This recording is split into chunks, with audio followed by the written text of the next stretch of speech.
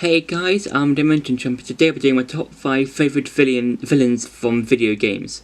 Now, villains I think is what makes a good is one of the cores in any kind of media, whether it's books, films, TV shows, video games, whatever. And I feel like they're a good adversary against the main hero of the show, film, whatever, and for the video games, I'm going to be talking of some of my favourite ones, whether it's their characterization, their importance to the overall story, that sort of thing. So for number 5 is Dr. Octopus from Spider-Man PS4. Now, what I like about Dr. Octopus is that he is so well characterized in this game, because I feel like this is the best version of Dr. Octopus I will ever see, and I feel like he's slightly better than the one in Spider-Man 2 with Alfred Molina. I believe that's the guy who played Doc Ock from Spider-Man 2, and because at the beginning of the game we see Doc Ock, called Octavius at this point of the game, start out as this sort of scientist guy who wants to try and create limbs and help people, and then throughout the game we see him go more into villainy, because we see him at the start of the game and he's preparing for another test, and then I think around halfway through the game, Doc Ock turns into his villainous persona, into his Dr. Octopus persona, and that's a really good characterization because we have seen him throughout the game just trying to improve on his designs and trying to improve on his limbs and prosthetic limbs and stuff like that. But then when we do get to see the tentacles and the whole suit and stuff like that, that's when he finally becomes Dr. Octopus. And then when you fight him, it feels quite personal, because this is someone that you looked up to. This is someone that Peter looked up to, and this is someone that you've got to know throughout the game. And this feels very personal because you don't want to try and you want to try and stop him, but you don't want to hurt him because he is your friend. And that thing that what makes Dr. Octopus such an interesting and great villain. For number 4 is Boulder from the 2018 God of War game. Now, what I like about Boulder is that he's in Norse mythology as well as in the game. He is known as the god that can't feel any pain, and I think with him being seen throughout the game, I feel like he's a really cool and interesting villain because he brings that sort of intimidation in the game, because when you first meet Boulder, he's known as the Stranger. Because you don't really know who he is at this point.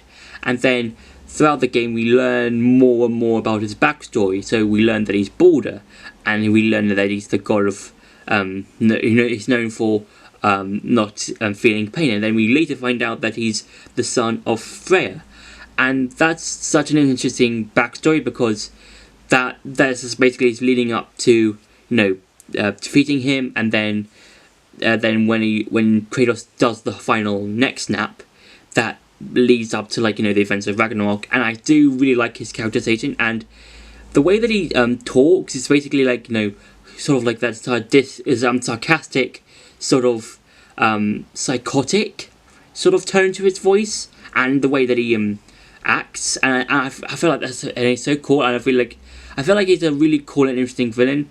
And I do like the various boss fights that you have with him, like the first one, the very start of the game. Then you have another one, I think, halfway through the game. I think it's when Kratos and Atreus go into hell, I think. And then the final one is when, is at the very end of the game, when Kratos and Atreus have been thrown out of the World Serpent, and I really enjoy his performance. I really enjoy the guy who plays Boulder, because I think he does a really great performance and brings life and energy to Boulder. For number 3 is Ganondorf. Now, what I like about Ganondorf is that he's sort of this intimidating person. He's basically a guy who sorts power, who wants to try and take over the world and basically make all of Hyrule his own. And I do like some of the plans that he comes up with are quite interesting. So if you're playing an Ocarina of Time, let's say, because he wants to get the Triforce, he wants to try and find a way, but then he uses Link in order to get the Triforce for himself. And that's the sort of interesting sort of tactician thought that Ganondorf can have, and I think that's really interesting and really cool because he's known. I see him as like a sort of person who can use his enemies' strengths against themselves. So, as I said before, he makes Link go and collect the spiritual stones and then go into the sacred realm and take the Triforce for himself. And then you've got, like, Twilight Princess, in which he uses Zant in order to get back into Hyrule.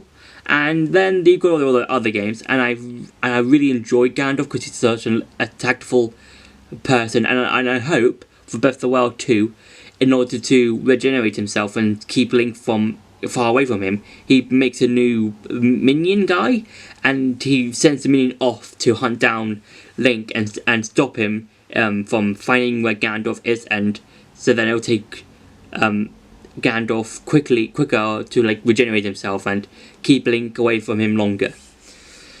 For number 2 is Demise. Now, what I like about Demise is that he is, in the Zelda series, the original Demon King, because Skyward Sword is set at the very start of the Zelda timeline, and then we get to see all the other villains like Ganondorf, Ganon, Maladus, Vati, all of their own games and doing their own thing, but Demise is the original Demon King. And that's really cool and interesting because he is basically one of the people that truly starts the whole Zelda timeline, because at the end of the game of Skyward Sword, when Link delivers the final blow, Demise is like, I am now putting a curse on people who have the blood of the goddess and people who have the spirit of the hero. So that's basically mainly Link and Zelda, and they're basically fight again for all eternity, and I think that's really cool. And also, I do like his design because it's basically this big fiery haired demon guy, and he shows that sort of like level of intimidation, kind of like Ganondorf, in terms of like he's sort of like does all these things and is able to use various things to his advantage and stuff like that. And for number 1 is Shiro from Persona 5. Now, what I really like about Shiro is that he's the reason why Joker has a criminal record, and why Joker had to transfer schools and stuff like that. And I really enjoy him because he's one of those villains that you want to get payback on. And you see him throughout several parts of the game. There's like, the beginning of the game where he's like, when Joker first sort of meets him. Then there's the one of the hotel, and then towards the very end of the game when Joker remembers who Shiro actually is and why he has a criminal record.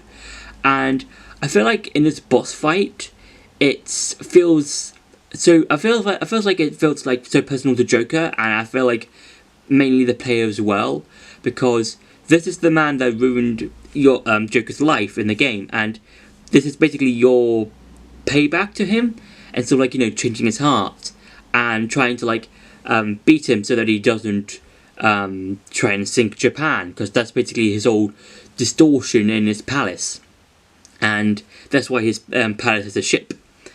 And I do like how in the royal version, it begins with like 4-on-1, so basically the Phantom Thieves against Shiro, and then when it comes to, I think later in the boss fight, it becomes, instead of a 4-on-1, a 1-on-1, and I feel like that's the best part of the boss fight, because this is basically Joker finishing off the fight and basically just beating Shiro on his own, and basically stopping the man who ruined his life. And I feel like that is an incredible boss fight, and I feel like Shiro is a truly a truly interesting and clever villain, because he uses everything around him, and he's just a really interesting villain overall. So that's been my top 5 favourite villains. I hope you enjoyed this video. Don't forget to like, share and subscribe, and I'll see you in the next video.